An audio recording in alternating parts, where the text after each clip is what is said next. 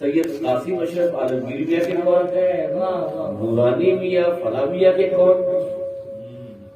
مخدوم پاک نے اپنی روحانی اولاد کو ایسا نوازا کہ مشکل ہے اتنی اولادیں ہیں کہ کس سے کس کا رشتہ ہے عام لوگوں کو کیا بلکہ خاص لوگوں کے لیے دشوار ہوتا ہے کہ فلاں کی رشتہ داری کس سے کیسے. دوسرا میں نے باندہ کی سرزمین پر سرکار ربانی کی اولادوں نے پایا. آپ کی بات تو دور ہے، میں ہر بار شجرا پوچھتا ہوں اور بھول جاتا ہوں.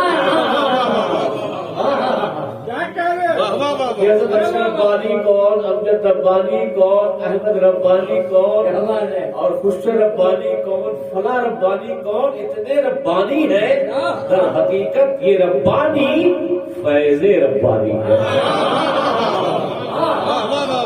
اور اس سے ہی اندازہ ہوتا ہے کہ اور مزاروں کے فیض تو کہیں نہ کہیں گاہے بگاہے اس آستانے سے نکلتے ہیں دعاؤں کی شکل میں، مگر ان آستانوں کا فیض دنیا کے لیے آیا ہے تو اپنے شہزادوں کی. نعرہ تکبیر، نعرہ رسالت، گلشن ربانی.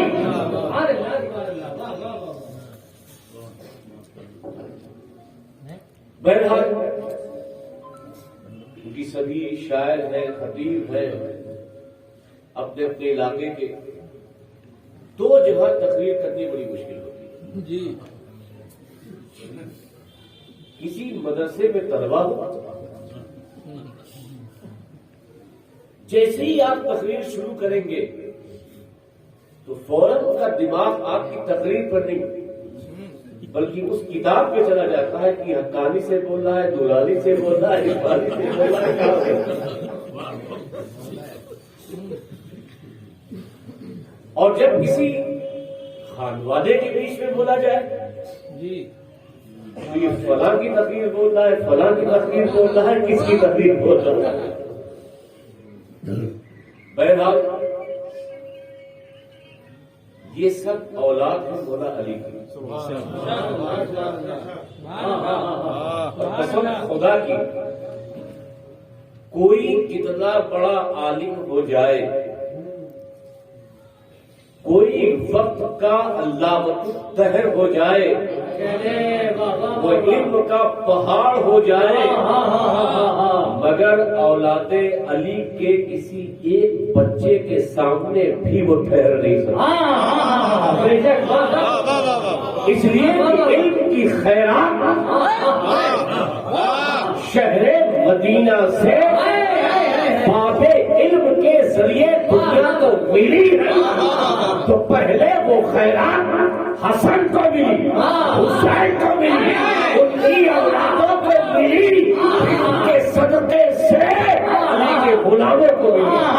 نعرہ تکبیر، نعرہ رسالت. میں چاہتا ہوں کچھ نکتے اور اس میں پوری توجہ. یہ آیت کریمہ آپ نے سنی ہوگی، سنائی جاتی ہے اور ایسے موقع پر اکثر پڑھی جاتی ہے. اس پر تشریح کرو، محبت کے ساتھ درود پاک پڑھیں. اللہم صلی علی سیدنا محمد وعلی آل سیدنا محمد وعلی وسلم.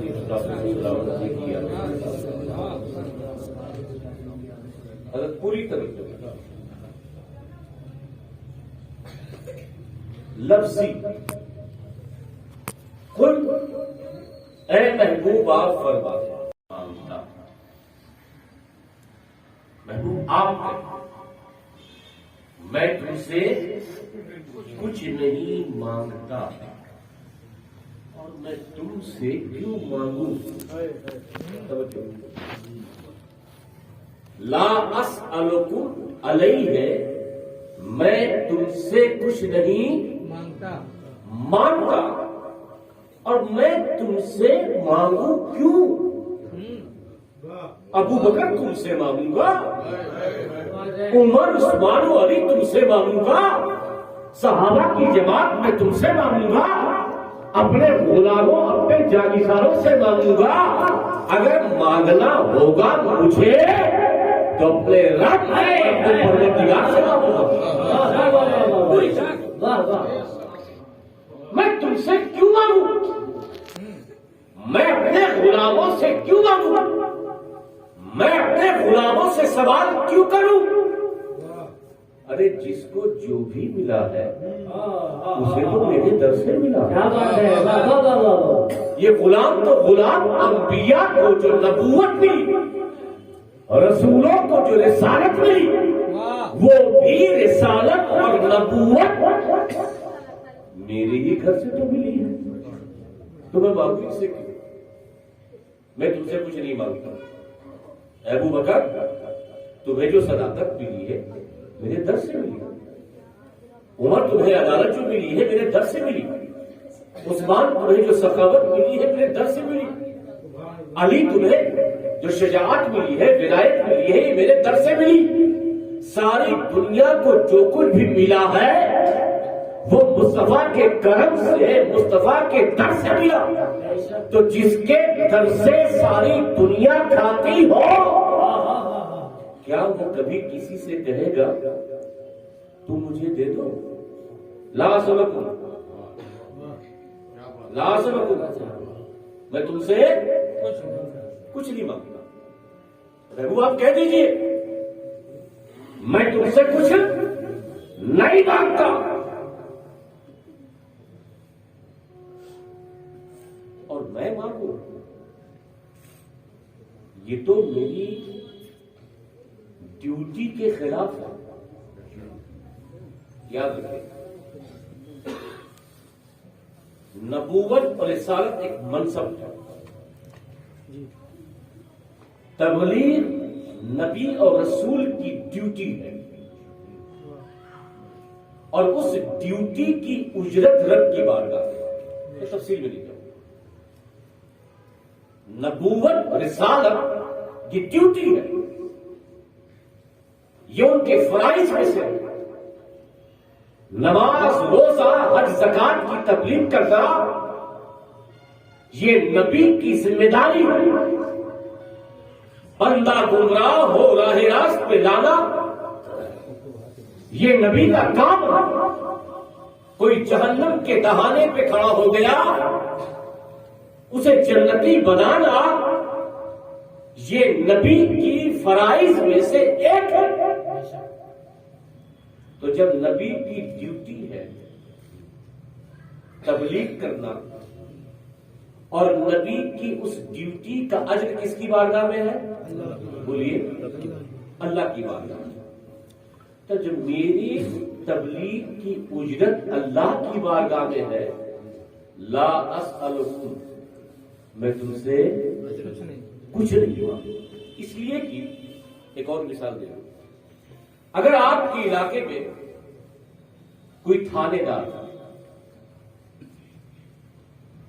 آئے اور ایک مہینہ پورا ہو جائے، یا اسکول ہو اس میں ٹیچر رکھا جائے اور ایک مہینہ پورا ہو جائے، اور ایک مہینے کے بعد وہ محلے میں جائے، اپنے علاقے میں جائے اور لوگوں سے کہے کہ تھانے دار کہے کہ میرا ایک مہینہ ہو گیا ہے، میری تنخواہ دے دو۔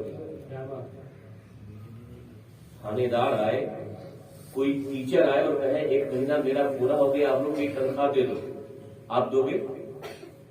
بولیے، نہیں دیں گے۔ اس لیے کہ آپ یہ کہیں گے جس نے تجھ کو ٹیچر بنایا ہے، جس نے تجھ کو ٹیچر بنایا ہے، جا کر تنخواہ اسی سے لے۔ جس نے تجھ کو تھانے دار بنایا ہے، جا کر پیمنٹ اسی سے لے۔ تھانے دار کبھی پیمنٹ آپ کے بیچ میں آ کر نہیں مانگتا، کوئی عہدیدار اپنی پیمنٹ لوگوں کے بیچ میں آ کر نہیں لیتا۔ وہ تھانے دار بھی، عہدیدار بھی، کوئی ملازم بھی اچھی طرح سے جانتا ہے کہ جس نے مجھے ملازمت پہ رکھا ہے، جس نے مجھے ڈیوٹی پہ رکھا ہے، تنخواہ دینے کی ذمہ داری اس کی ہے، نہ کہ کسی اور کی۔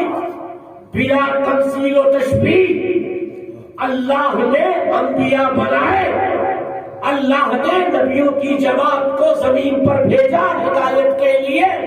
آخری نبی محمد مصطفیٰ آئے تو جب سارے نبیوں کی ڈیوٹی جو وہ انجام دیے، اس کی تنخواہ، اس کی اجرت رب کے ذمہ کرم پر، تو مصطفیٰ اپنی امت سے کیوں کہیں گے کہ میں نے جو تبلیغ کی ہے اس تبلیغ پر مجھے اجرت دے دو؟ کیونکہ یہ کوئی عامدار، خاصدار، MLA، کارپوریٹر نہیں نبی ہوتا جو پبلک کے چناؤ پر ہوتا ہے، جو پبلک کے انتخاب پر ہوتا ہے، بلکہ نبی نبوت وہ منصب ہے جو خدا روز ازل میں منتخب کر لیتا ہے۔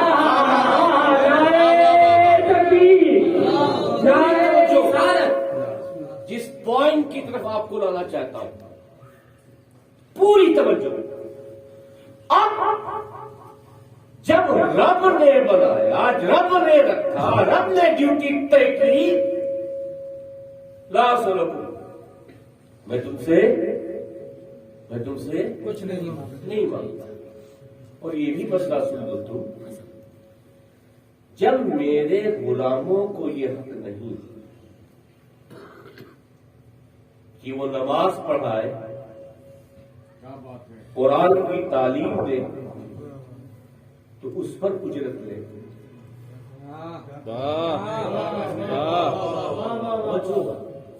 جب میرے امتیوں کو یہ حق نہیں، چاہے وہ امام صاحب ہو، چاہے وہ حافظ صاحب ہو، چاہے وہ علامہ صاحب ہو، چاہے مفتی صاحب ہو، چاہے مولوی صاحب ہو، کسی کو یہ حق حاصل نہیں ہے کہ وہ قرآن کی تعلیم کی، وہ نماز پڑھانے کی اجرت بولیے لے۔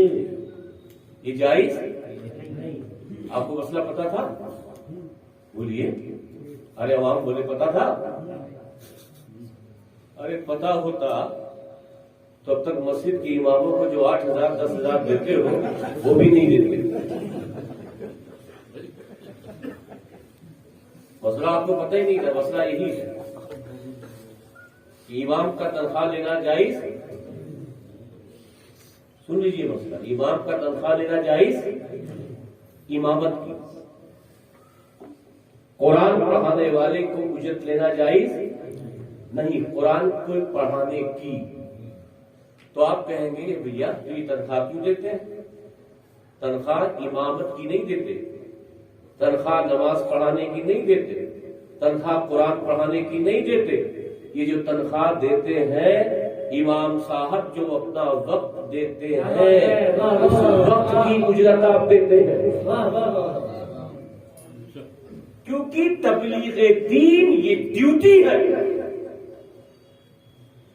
اور نبوت میں خاص طور سے یہ جائز ہی نہیں کہ اس ڈیوٹی کی اجرت امت سے طلب کی جائے، جبکہ امت کے علماء کو بھی یہ حق نہیں کہ اگر وہ دین کی تبلیغ کر رہے ہیں، قرآن کی وہ لوگوں کے درمیان قرآن سکھا رہے ہیں، یا قرآن کی تلاوت کر رہے ہیں، یا امامت کر رہے ہیں، تو اس کی اجرت دینا جائز۔ تو جب امت کے لیے جائز نہیں ہے تو جو نبیوں کا امام ہو اس کے لیے کیوں جائز ہوگا؟ لا سلکو، میں تم سے کچھ نہیں مانگتا۔ تو مولانا حضرت قبلہ اشرف ربانی صاحب کہیں گے دیکھیے آپ نے یہ لفظی ترجمہ تو کیا لیکن آگے الا بھی ہے، اجرا کے بعد کیا ہے؟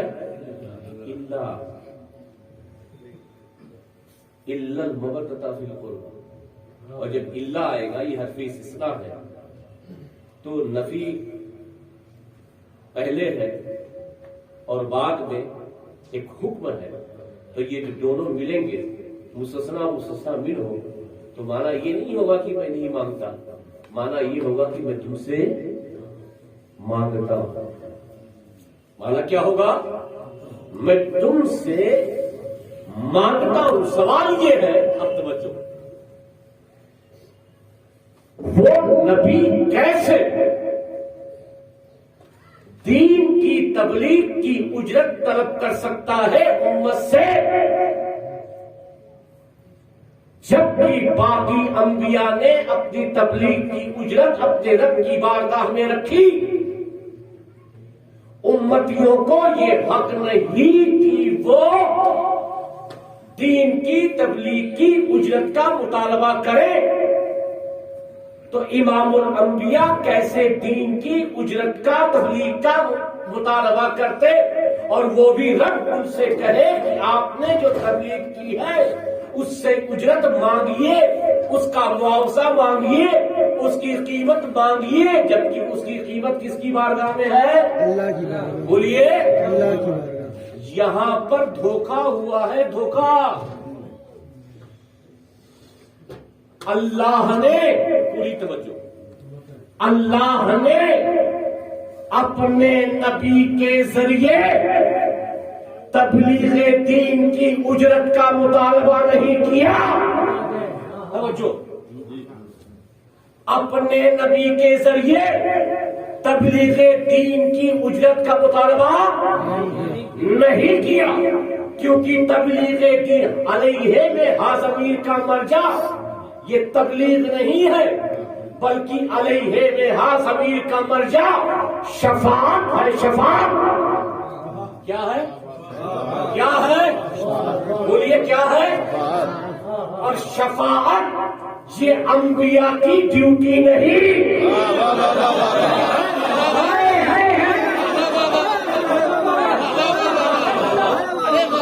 شفاعت کے نبی کی ڈیوٹی سبھی کو بخاری کی حدیث ہے.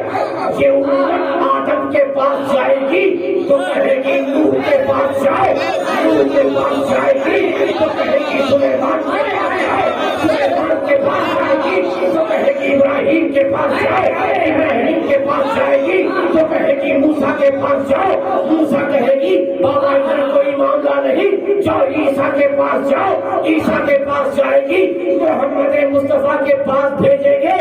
یاد رکھو، یہ انبیاء جو میدان محشر میں شفاعت کریں گے یہ ان کی ڈیوٹی نہیں، لیکن آدم سے لے کر محمد مصطفیٰ نے جو تبلیغ دین کی ہے، جو نماز، روزہ، حج، زکات کی تبلیغ کی ہے، یہ نبوت کی ڈیوٹی ہے.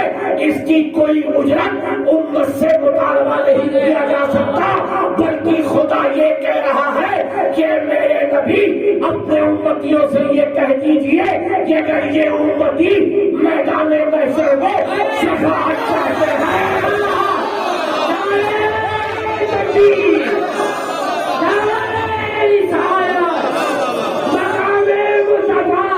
ان امتیوں سے کہیے اگر میدان محشر میں شفاعت چاہتے ہیں تو اپنی نماز پر، اپنے روزے پر، اپنے تقوی و طہارت پر اتنا بھروسہ نہ کرے. علی کو یاد کر لے، فاطمہ کو یاد کر لے، حسن حسین کو یاد کر لے، ان کے دعوت سے وابستہ ہو جائے. امام زین العابدین، امام باقر، امام جعفر صادق، امام موسیٰ کاظم، امام علی رضا، امام تقی، امام حسن عسکری، بغداد کے غوث اعظم، فخر نواز، محبوب الہی، دریا کے ثابت الہی، کشوچا کے مخدوم شریعہ، دیوا کے وارث دیوا، مکن پور کے مزار پار، اور پادا کے ہمارے ربانی سے محبت کرتے ہیں.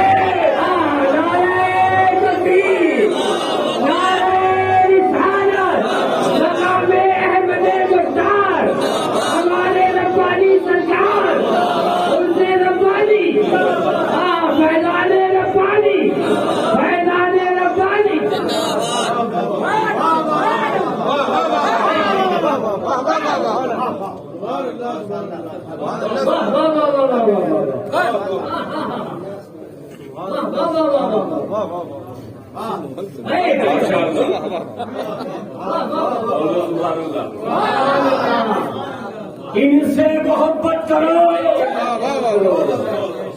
ان کی محبت دنیا میں تو کام آئے گی ہی، لیکن نبی سے جو مطالبہ کیا جا رہا ہے وہ دنیا کے لیے ان کی محبت کا نہیں، میدان محشر میں نبی کے دامن کو تھام لینا اور کہنا سرکار جو آپ کے ذریعے خدا نے حکم دیا تھا علی سے پیار کرو، فاطمہ سے پیار کرو، حسن حسین سے پیار کرو، ان کی اولادوں سے پیار کرو، غوث اعظم سے پیار کرو، غریب نواز سے پیار کرو، محبوب الہی سے پیار کرو، غریب محبوب الہی سے پیار کرو، صابر کلیری سے پیار کرو، مختوم سمنا سے پیار کرو، یہ ربانی شہزادوں سے پیار کرو۔ مولا ہم نے محبت تو کر لی ہے، اب محبت کا صدقہ شفاعت کے روپ میں چاہتے ہیں۔ اب اگر کوئی مولوی ٹائپ کا ہوگا، ٹائپ بہت اچھا ہے، میری بات ہضم نہیں ہوگی، کیونکہ کچھ لوگ ایسے ہیں جن کو قرآن کی آیت سنیے نہیں سمجھ میں آتا، جن کو حدیث سنائیے نہیں سمجھ میں آتا، جن کو صحابہ کے اقوال اور صحابہ کی حکایات، ان کی عملی زندگی اہل بیت کی محبت کے حوالے سے بتائیے سمجھ میں نہیں آتا۔ ہاں سمجھ میں آتا ہے جب ہم بریلی سے کوئی بات کرتے ہیں اور اعلیٰ حضرت سے کوئی بات کرتے ہیں، تو میں چاہتا ہوں کہ اپنے اس نقطے کی تصدیق کے لیے، کیونکہ ہمارے اور آپ کے سمجھنے کے لیے بس سرکار ربانی کا فیضان ان کو بھی سمجھانے کے لیے میں نے سوچا کہ اعلیٰ حضرت کا حوالہ دے دوں تاکہ ان مولویوں کو بھی پتا چل جائے کہ اہل بیت کی محبت یہ صرف دنیا کے لیے نہیں بلکہ مصطفیٰ کی شفاعت کے لیے میدان حشر میں ضروری ہے۔ اب اعلیٰ حضرت کا حوالہ یہ امام اہل سنت نے بڑی بڑی 1000 2000 چھبی کتنی نہیں معلوم سنائی فتاوی رضویہ واقعہ فقہ کی انسائکلوپیڈیا، پانی کی زبردست تحقیق اعلیٰ حضرت نے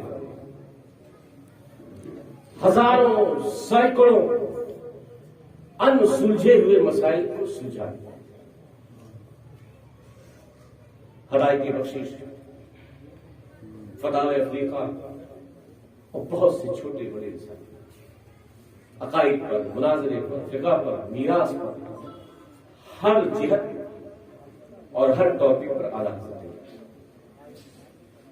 یقیناً انسان جو بھی کرتا ہے وہ اس لیے کرتا ہے تاکہ رب کی بارگاہ میں قبول ہو جائے، میری یہ ساری چیزیں اللہ تعالیٰ قبول کر لے اور میدان محشر میں میری شفاعت۔ بھئی آپ نماز پڑھتے ہوں گے تو اپنے پڑوسی کو دکھانے کے لیے پڑھتے ہیں کہ اللہ کو راضی کرنے کے پڑھتے ہیں؟ کوئی بھی نیک اعمال کرتا ہے، کوئی دیوان لکھتا ہے، کوئی کتاب لکھتا ہے، سب کا مقصد ہم یہی سمجھتے ہیں کہ یہ ہے کہ اپنے رب کو راضی کیا جائے اور رب کی رضا سے حشر میں کامیابی ہوگی اور میدان حشر میں ہمیں شفاعت ہوگی۔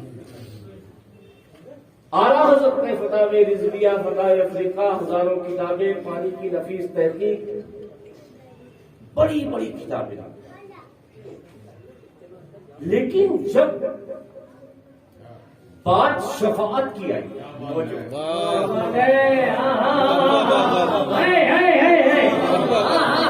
جب بات شفاعت کی آئی تو رب سے یہ نہیں کہا، نبی سے یہ نہیں کہا اے سرکار میں نے 12 جلدوں میں فتاوی رضویہ لکھی ہے، پانی کی نفیس تحقیق ہے،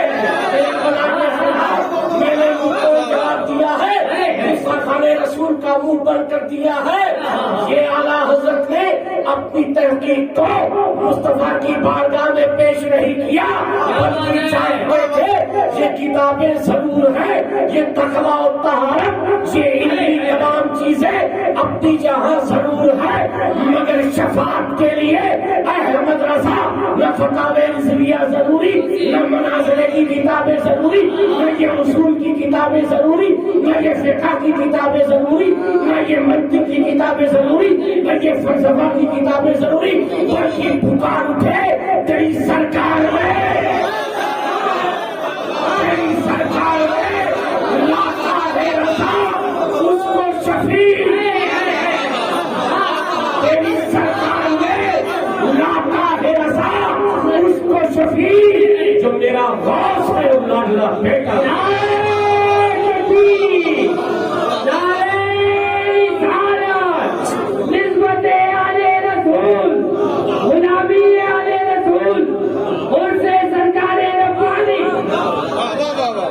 آپ نے دیکھا اعلیٰ حضرت فاضل بریلوی نے یہ فتاوی رضویہ ہے، فتاوی افریقہ ہے، یہ کتابیں ہیں، یہ میرے علمی ذخائر ہیں، یہ میری علمی نکات ہیں، یہ میری تحقیقات ہیں، یہ معقولات ہیں، یہ منقولات ہیں، مگر یہ الگ کوٹری میں بند۔ اور سرکار شفاعت تو مجھے آپ کے لاڈلوں کے صدقے میں ملی، احمد رضا کی شفاعت غوث اعظم کے صدقے میں کر دیجیے، جو میرا آقا ہے اور آپ کا چہی کا بیٹا ہے۔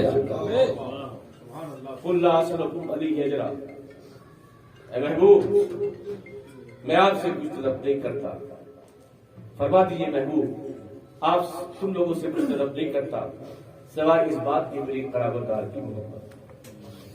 ایک نکتہ سن لیا، بولیے، ارے ہاں تو بولیے، سن لیا جی۔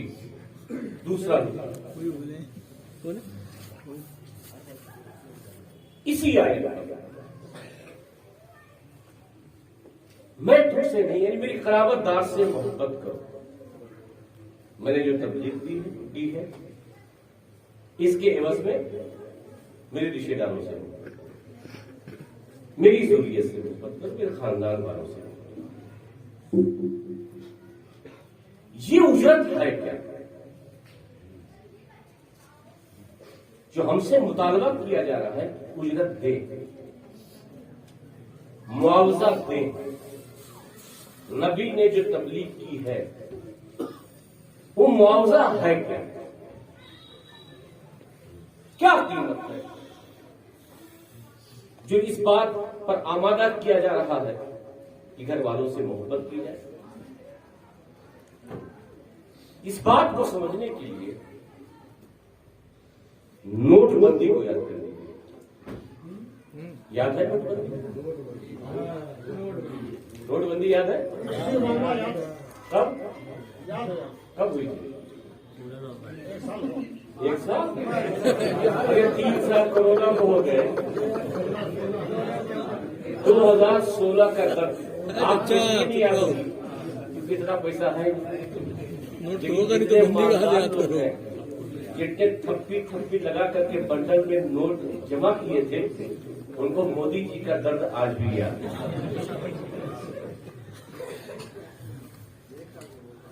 نومبر کے مہینے میں غالباً نوٹ بندی کا اعلان ہوا اور اتفاق سے میں اس دن حضرت راجنان گاؤں تقریر تھی میری، میں کمرے میں بیٹھا کے ساتھ دوڑے ہوئے آئے، کہا مودی جی نے اعلان کر دیا۔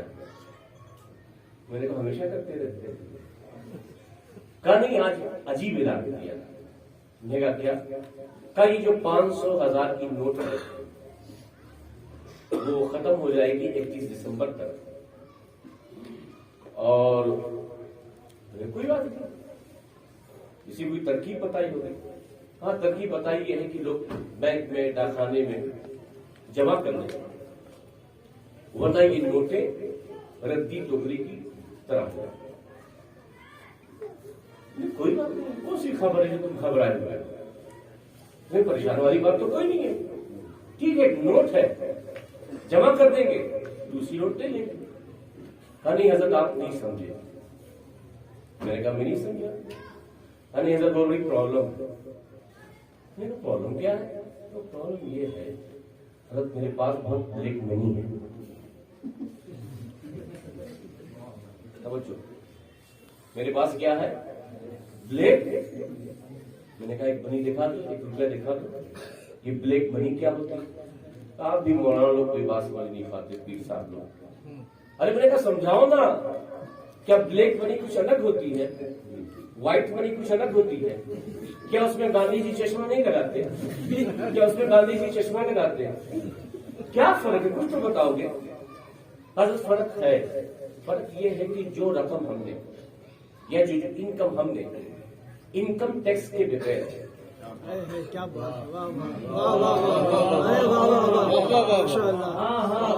جو ہم نے انکم ٹیکس ڈپارٹمنٹ کو بتایا بینک کی انفارمیشن کے بغیر، بینک کے انفارمیشن کے بغیر گورنمنٹ کو پتہ ہی نہیں، ہم لین دین کرتے رہے. یہ جو منی ہے یہ بلیک ہے. اور جو گورنمنٹ کی نالج میں ہے، جو ٹیکس ڈپارٹمنٹ کو پتا ہے، وہ منی وائٹ ہے. میرا ایسا میرے کو دونوں نوٹ میں کوئی فرق ہوتا ہے؟ کہا نہیں، نوٹ میں کوئی فرق نہیں. نوٹ میں کوئی نوٹ سیم.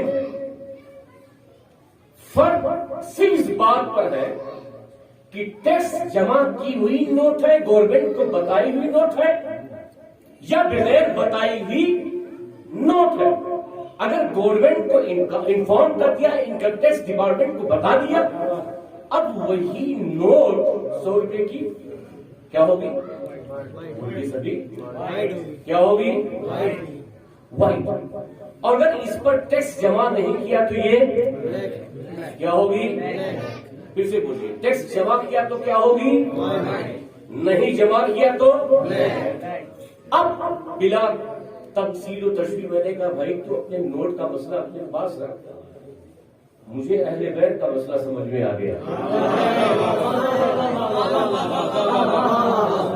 کیا کہتے ہیں؟ یہ جو نماز روزہ ملا ہے، نماز کس نے دیا؟ نبی نے. روزہ کس نے دیا؟ نبی کے ذریعے ملا. حج زکات جتنے اعمال ہیں کس کے ذریعے ملا؟ نبی کے ذریعے ملا. مصطفیٰ نے جو تمہیں سکھایا، جو تمہیں بتایا، جو تمہیں اعمال دیے، کہا اس کا ٹیکس ادا کرو.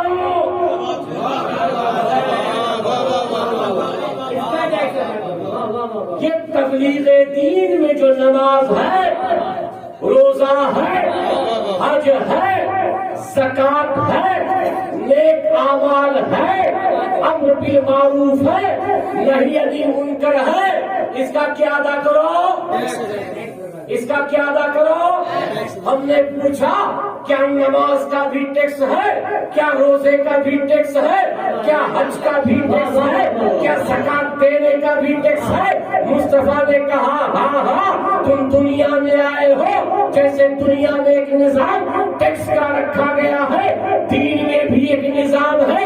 جو نماز ملی، جو روزہ ملا، جو حج ملا، جو زکات ملا، جو نیکیوں کی دعوت ملی، اس کا بھی ٹیکس ہے. میں نے کہا حضور بتا دیجئے نماز کا ٹیکس کیا ہے، روزے کا ٹیکس کیا ہے، زکات کا ٹیکس کیا ہے.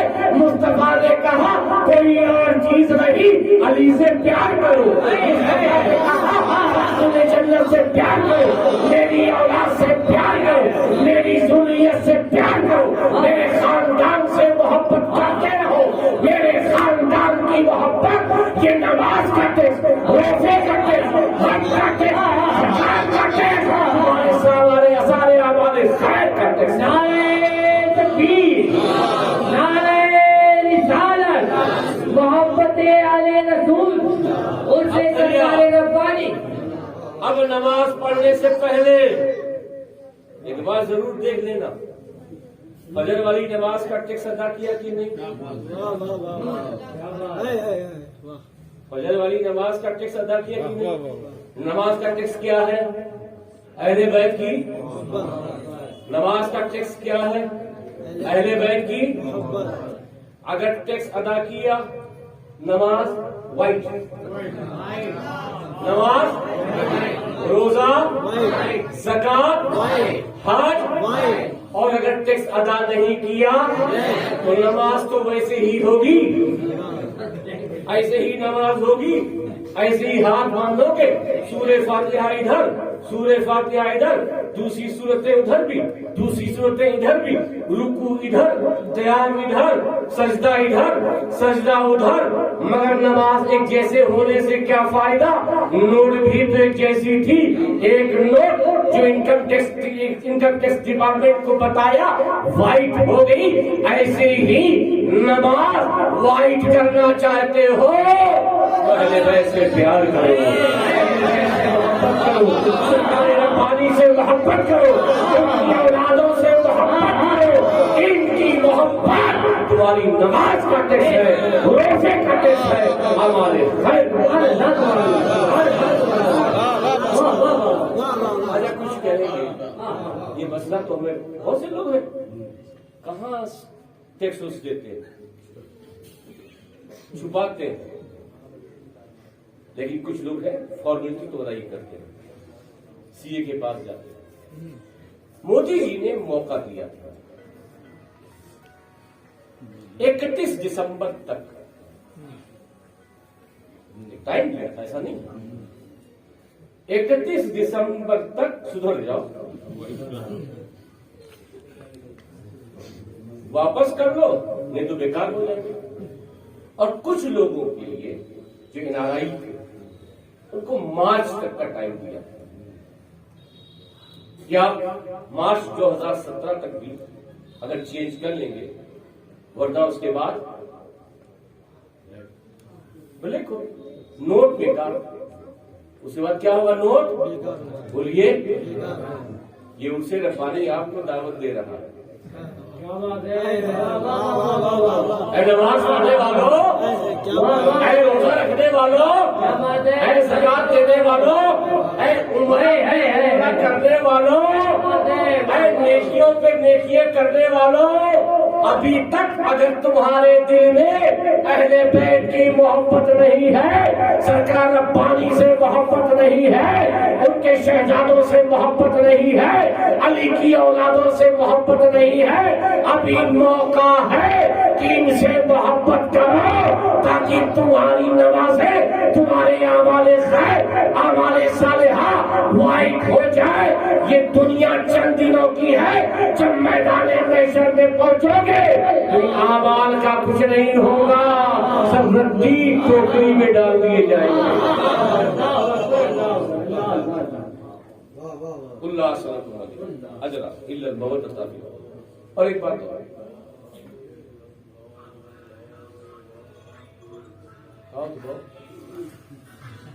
ارے صوفی صاحب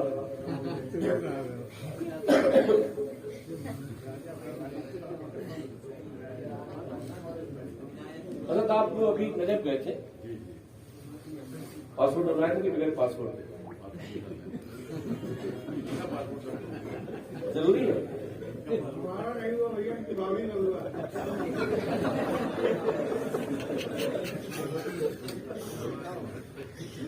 بغیر پاسپورٹ کے کوئی جا سکتا ہے؟ ہاں نیپال جا سکتا ہے، لیکن عراق جا سکتا ہے؟ جا سکتا ہے۔ عراق جانے کے لیے کیا ضروری ہے؟ کسی بھی ودیشی ملک میں نیپال وپال چھوڑ کر کے انٹرنیشنل جو فیم رکھتے ہیں، ضروری کیا ہے؟ ارے بول تو دو۔ جیسے ہی آپ جدہ پہنچیں گے، الجواز جواز کہاں؟ آپ کا پاسپورٹ کہاں؟ آپ دکھائیں گے پاسپورٹ، تب آپ کسی دوسرے ملک میں انٹری ہو سکتے ہیں۔ یہی قاعدہ ہے نا؟ کسی دوسرے ملک میں انٹری ہونے کا قاعدہ کیا ہے؟ دیکھیے میں بہت آسان لب و لہجے میں کوئی حدیث کوئی واقعہ کچھ بھی نہیں بیان کرتا، ورنہ واقعہ بیان کرنے میں ہمارے قبلہ احمد ربانی صاحب کا کوئی جواب نہیں۔ قسم خدا کی میں نے پوری دنیا میں خدیجوں کو دیکھا، کربلا کا جو منظر آپ بیان کرتے ہیں ایسا لگتا ہے کہ جیسے جب خنجر چبھتے ہیں اور خنجر کے چبھنے کی آواز یا خنجر کے زمین پہ گرنے کی جو آواز کربلا میں آئی تھی وہ آواز نبی میں پیدا کر دیتی بہت شاندار. میرے پیرنٹ بازار میں شام غریبہ میں بلایا تھا خدا کی جو روحانی منظر کربلا کا پیش کیا تھا ایسا لگتا ہے کہ ہم اسی وقت وہاں پہ اور آنکھوں میں آنسو آ جاتے ہیں. بس تو کوئی کسی بھی ملک میں جائے تو پاسپورٹ ضروری. دوسرا ملک ہے آپ انڈیا میں, یہ دنیا بھی ایک ملک ہے, دنیا بھی پوری دنیا گلوبل ہے. اور اس دنیا کے بعد آپ جاؤ گے یا تو جنت پہ یا تو جنت. دو ملک ہیں, ایک جنت ہے اور دوسرا جہنم. اور میں سمجھتا ہوں کہ سبھی جنت جانا چاہتے ہیں یہاں جتنے بیٹھے ہیں. میں نے رب سے پوچھا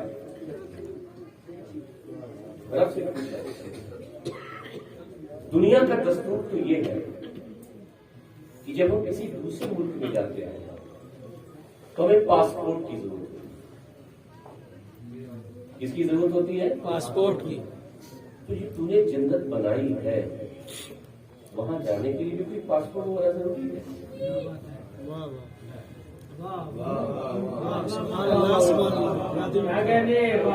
جا رہے نا اب بیر کا شجا وجہ رکھتے ہو کہ نہیں؟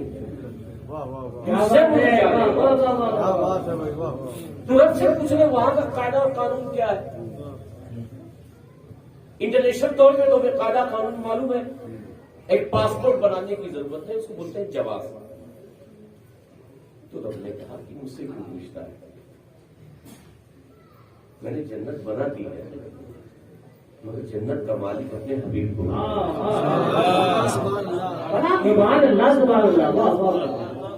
اب جو کچھ ہی پوچھنا ہے میرے حبیب سے پوچھ کہ اس جنت میں جانے کے لیے کسی چیز کی ضرورت ہے پاسپورٹ وغیرہ کی.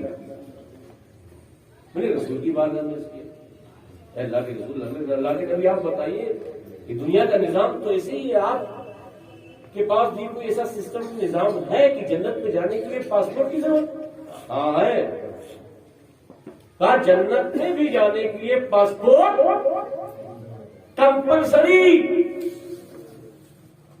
بغیر پاسپورٹ کے کوئی جنت میں جا نہیں سکتا. حالانکہ جنت بھی ہے وہاں بھی پاسپورٹ لگے گا لیکن کیونکہ دو چیز ضروری ہے بعد میں بولے کہ ابھی جنت آپ کو بتانا ہوں. جنت میں جانے کے لیے پاسپورٹ بولیے کمپلسری نیسیسری. چکر میں پڑ گیا. اب اس کے لیے کون سا ڈپارٹمنٹ ہے, کہاں جاؤں پاسپورٹ کے لیے؟ حضور بتائیے, معاملے کو آسان کیجئے. جنت میں جانے کا پاسپورٹ کیا؟ میرے آقا فرماتے ہیں معرفت اہل بیت جواز علی الصراط.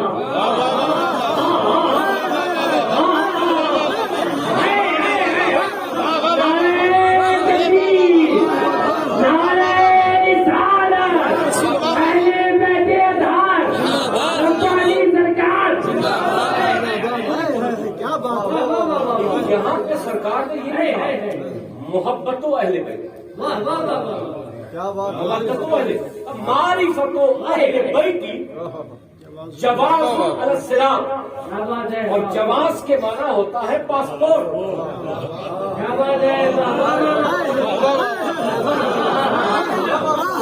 جواز کے معنی ہوتا ہے پاسپورٹ یعنی میرے گھر والوں کی پہچان, جان پہچان.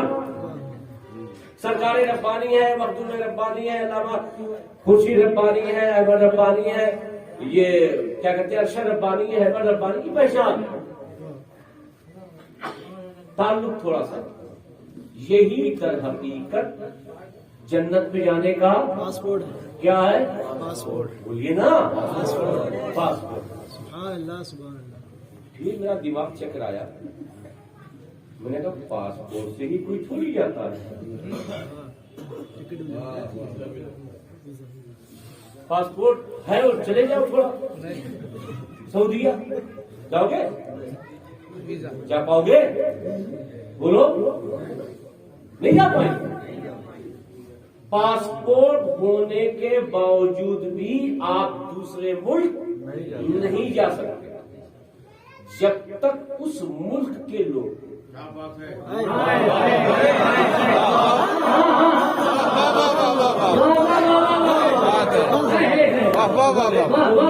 وہ ملک ہے ایمبیسی کے لوگ انڈیا میں بیٹھے رہتے ہیں۔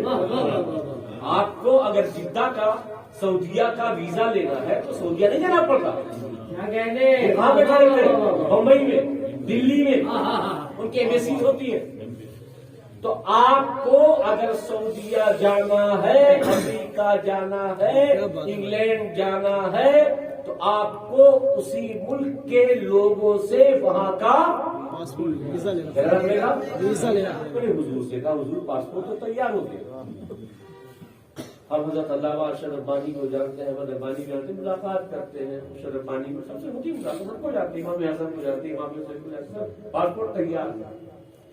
لیکن ایک مشکل ہے ضرور، مشکل یہ ہے کہ کسی دوسرے ملک جاتے ہیں تو ویزا لگتا ہے۔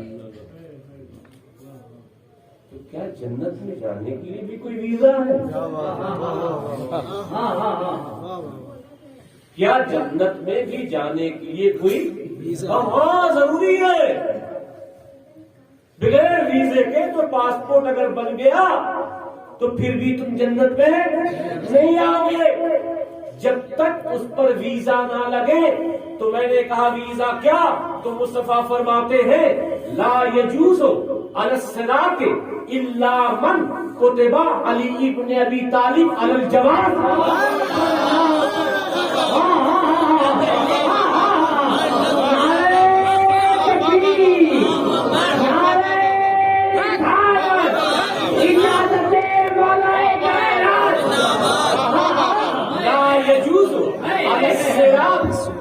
جنت میں نہیں جا سکتا الا مگر کتبہ لکھا جائے، اسے لکھے علی ابن ابی طالب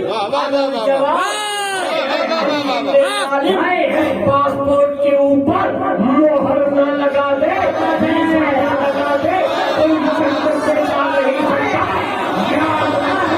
خدا نے جنت بنائی، مصطفیٰ جنت کے مالک، مگر اس جنت میں اسی وقت انٹری ہو سکتی ہے جب تک مولا علی کی اس پر مہر نہ ہو، ویزا نہ ہو۔ اس سے پانی لے آنے والوں، اگر تم نے یہاں پہ آ کر پاسپورٹ تیار کر لیا ہے تو علی کی ایمبیسی کے لوگ جانے بھی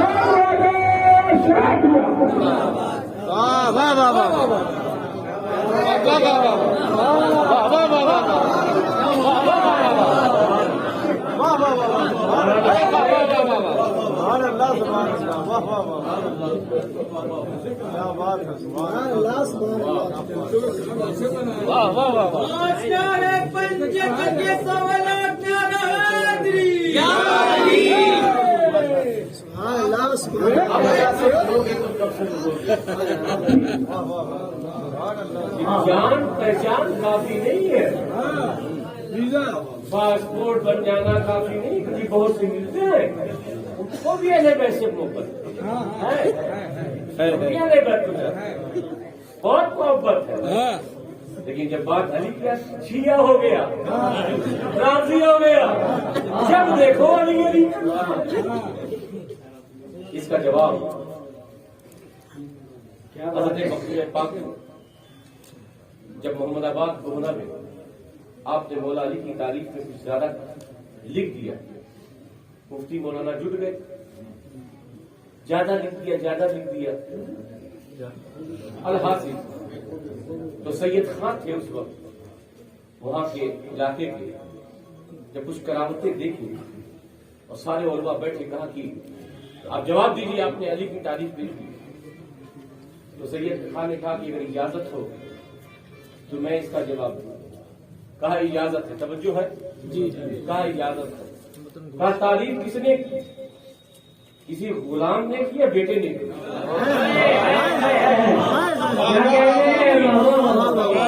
بیٹے نے کی یا غلام نے کی؟ ہاں نہیں، بیٹے نے کی.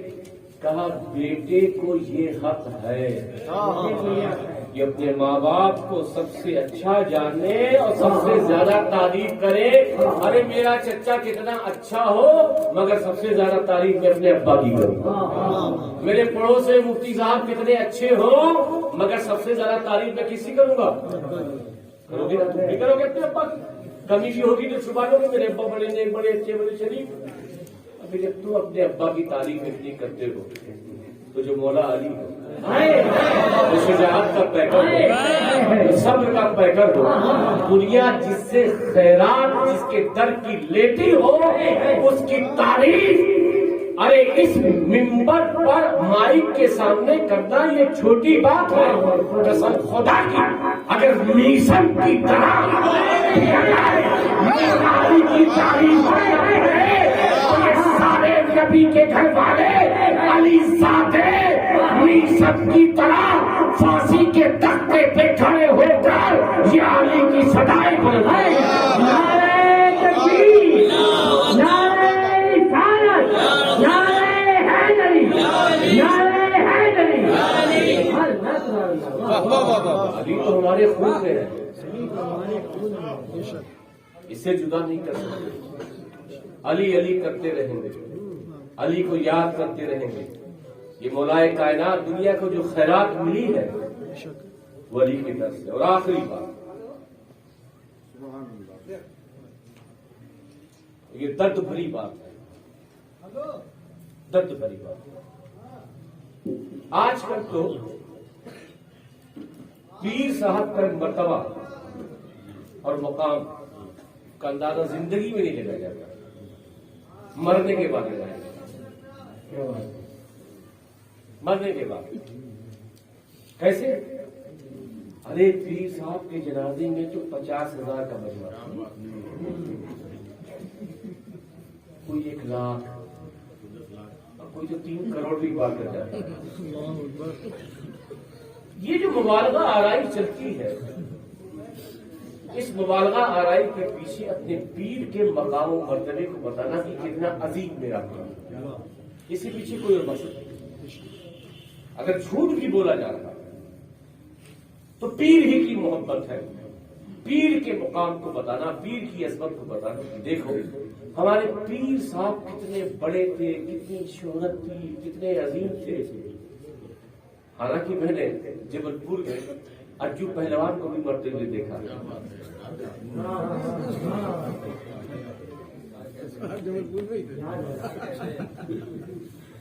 تو اس وقت جو مفتی برہان ملت میں جتنا مجمع رہا ہوگا اس سے کم مجمع ارجو کے جنازے میں اتنا ہی رہا ہوگا یا اس سے کم زیادہ رہا ہوگا. یہ بہت مجمع، اب بہت بڑا پیر ہو گیا، بہت نیک ہو گیا، بدماش تھا، نہیں کچھ اچھے کام بھی کرتا تھا. جی بولے کیا کرے تعداد پہ نہ اترایا جائے. ہاں تعداد، لیکن پھر بھی تعداد اس لیے بتائی جاتی ہے، مقصد اچھا ہی ہوتا ہے، ایسا نہیں ہے. زیادہ کر کے اس لیے بتایا جاتا ہے تاکہ آپ کے دلوں میں اس پیر کی تھاک. یہ سب پیر ہے. سرکار ربانی پیر، مخدوم پاک پیر، صابر کلیمی پیر، وارث پاک پیر، بدار پاک پیر، محبوب الہی پیر، غریب نواز پیر، غوث پاک پیر. کتنے بڑے مقام پر اپنے وقت کے پیرانے پیر ہو، غوث العالم ہو، غوث اعظم ہو، پیر ہے. مگر جو سب کا پیر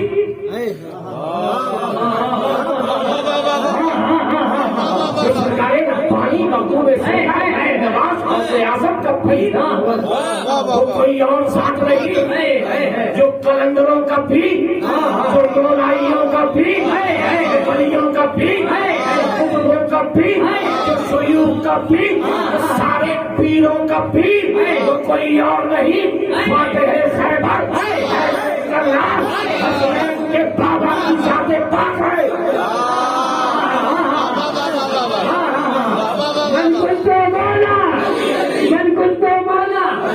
بتانا چاہتا ہوں نعرہ لگانے کے لیے بات وہ بھی نعرے والی طرح سبحان اللہ سبحان اللہ۔ سارے پیروں کے پیر۔ آپ اندازہ لگائیے جب ان پیروں کے جنازے میں اتنی بھیڑ رہی ہوگی تو مولا علی کے جنازے میں کتنی بھیڑ رہی ہوگی؟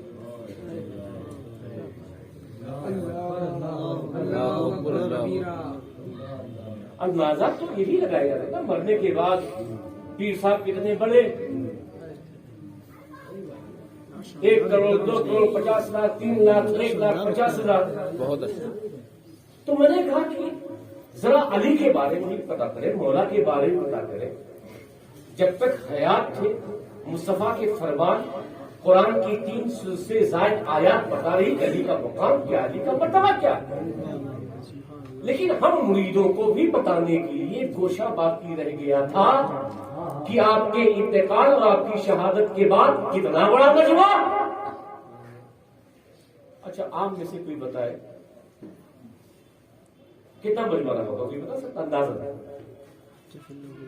انداز کسی کو نہیں، اللہ اللہ، یہ بتایا بھی نہیں جاتا، یہ بتایا بھی نہیں جاتا۔ صرف کربلا کی مظلومیت لوگوں کو بتائی جاتی ہے، مگر میرا مولا علی کتنا مظلوم تھا یہ بتایا نہیں جاتا۔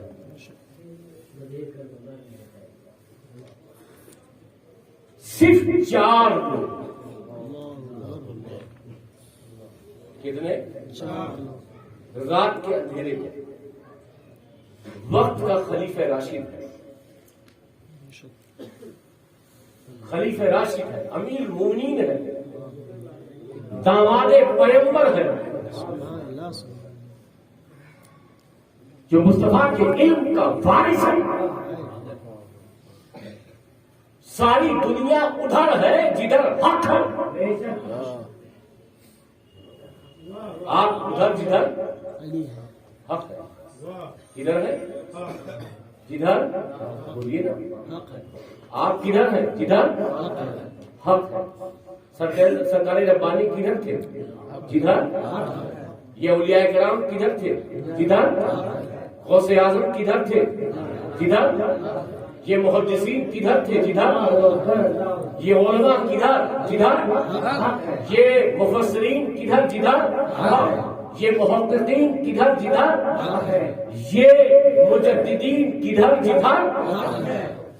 مگر قسم خدا کی تنہا ذات مولا علی، تنہا ذات کی دنیا ادھر، اہل ایمان ادھر، صحابہ ادھر، تابعین ادھر، تبع تابعین ادھر، اولیاء کاملین ادھر، جدھر جدھر حق ہے، مگر حسنین کے بابا فاطمہ کے شوہر حیدر کرار تنہا وہ ذات ہے جدھر جدھر علی، جدھر جدھر علی، علی بدر میں حق بدر میں، علی احد میں حق احد میں، علی خندق میں حق خندق میں، علی تنہا حق تنہا، علی جنت میں علی احباب میں حق احباب میں، علی منبر پر حق منبر پر، علی صفین میں حق صفین میں۔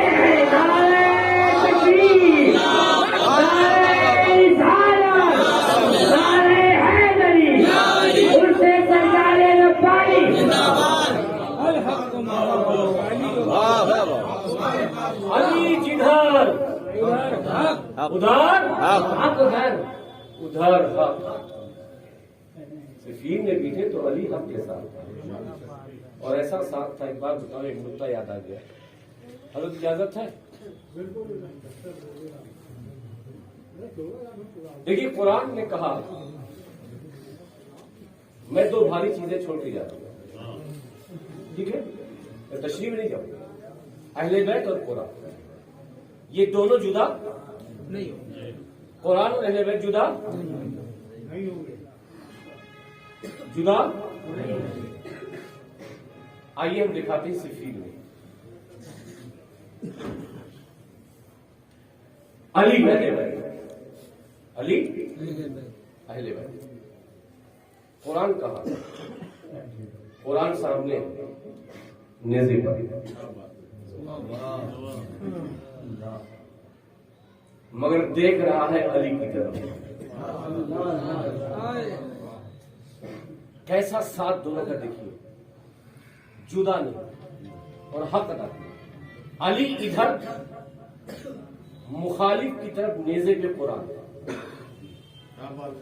توجہ, اگر جو صفین کے واقعے کی طرف نظر رکھتے ہیں تو اشارہ ہے مخالف کا فیصل یہ قرآن, فیصل یہ قرآن. مگر قرآن کہہ رہا ہے علی ہوں تو ان کے نیزے پر ہوں میں تیرے ساتھ.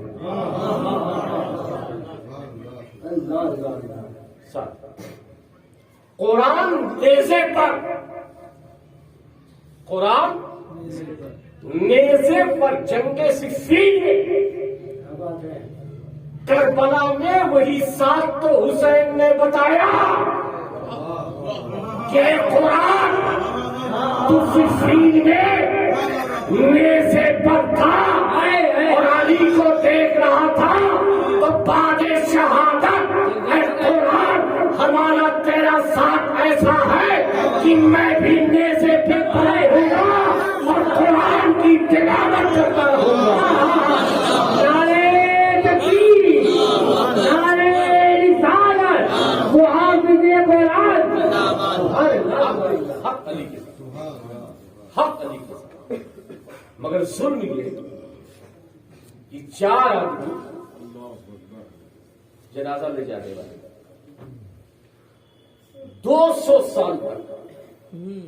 کتنے سال تک یاد کر لو, کتنے سال تک؟ 200 سال. آج کل تو جیسے ہی بابا جی مرے گنبد تیار, حجت کا جیسے ہی انتقال ہوا پیر صاحب کا گنبد تیار.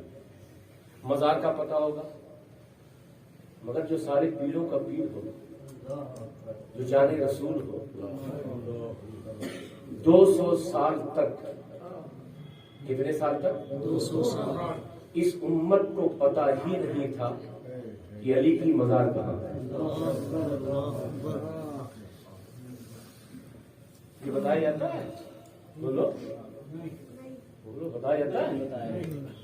جلسے میں جایا کرو تو معلوم ہوگا, اور ایسے جلسے میں نہیں. 200 سال کسی کو پتا نہیں, یہ اینڈ کر رہا تھا. اس سے بڑی بھی مسئولیت ہوگی کہ مریدوں کے گنبد بنے, مگر مولا علی کی نماز جنازہ میں بھیڑ نہیں اور مزار کا امت کو پتا نہیں کہ جو آپ فاتحہ پڑھ. کیوں نہیں مزار, کیوں نہیں گنبد؟ کیونکہ ڈر تھا کہ اگر علی کی مزار لوگوں کو بتا دی جائے گی تو لوگ علی کی لاش کو نکال کر اس کا مسئلہ کر دیں گے اور لاش کو بھی پتا نہ چلے گا. مگر 250 سال کے بعد ہارون رشید شکار کرا گیا. نجف میں جب وہ شکار کرنے گیا تو اپنے شکاری کتے کو ساتھ لے گیا. سامنے ہرن تھی, شکاری کتے کو اشارہ کیا, چل. اشارہ کرنے کی دیر ہوتی ہے, وہ کتا اپنے شکار کو دیکھ کر کے حملہ کرتا ہے. مگر آج عجیب معاملہ, کتا کھڑا ہوا ہے, شکار سامنے. ہارون رشید بار بار اپنے کتے کو اشارہ کرتا ہے کہ شکار سامنے چل, جھپڑ دوڑ,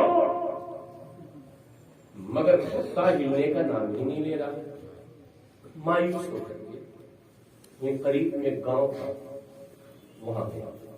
ایک چاچا جی تھے ہمارے زمانے میں، بدو تھا، اور بہت افسردہ ہو کر کے، کیونکہ شکار کا جس کو شوق ہو، ارے مچھلی مارنے کا اگر کسی کو شوق ہو اور 5 کلو والی اگر نہ ملی ہو تو 5 دن تک بیان کرتا ہے بہت بڑی تھی لیکن نہیں آئی۔ حالانکہ اب بہت افسردہ، یار شکار نہیں ملا اور میرے کتے نے ایسا کیوں کیا؟ تو اپنے تمام لوگوں کے ساتھ، وزیروں کے ساتھ بیان کر رہے تھے، وہ بابا جی کہا بات کیا؟ کہا بابا جی بات یہ ہے کہ میں فلاں جہاں وہ ٹیلے کے پاس گیا تھا، وہاں سامنے ایک شکار تھا، ہرن تھی، میں نے اپنے کتے سے اشارہ کیا مگر کتا ہلنے کا نام نہیں لے رہا۔ کہا ہارون تجھے پتا نہیں؟ کہا ہارون تجھے پتا نہیں؟ کہا کیا پتا نہیں؟ کہا میں تجھے راز کی بات بتاتا ہوں، یہ جو ٹیلا ہے، یہ ابری ہوئی جو زمین ہے، جو پتھر رکھا ہوا ہے، یہاں پر مولا علی کی مزار ہے۔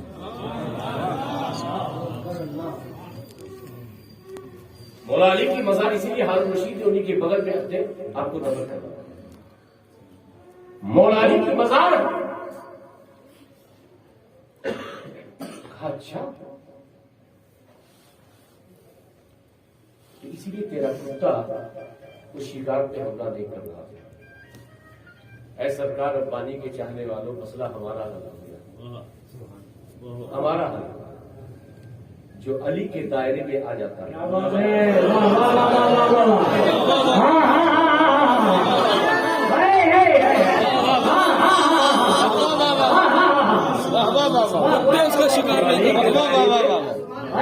جو علی کے دائرے میں آ جاتا ہے، یہ دنیا کے کتے اس پر حملہ نہیں کرتے، یہ یزیدی کتے اس پہ حملہ نہیں کرتے۔ جو علی کے دائرے میں، علی کے احاطے میں آ جاتا ہے، تم سے ربانی میں آنے والوں، میں تمہیں دعوت دے رہا ہوں کہ اگر دنیا کے ان کتوں سے بچنا چاہتے ہو تو آج بھی علی کے دامن سے تھام لو، دنیا کے کتوں سے بچ جاؤ۔ نعرہ تکبیر، نعرہ رسالت، بولتے سرکار ربانی۔ اللہ تعالیٰ جو سبق حضرت کو سنایا ہے پہلے یہ قبول کرے اور پھر ان کے صدقے میں ہمارے جد اعلیٰ مولا علی کی بارگاہ میں قبول ہو، اور آپ کا آنا بھی قبول ہو، آپ کا بیٹھنا بھی قبول ہو، اور میرا اتنی دیر تک سننا بھی قبول ہو۔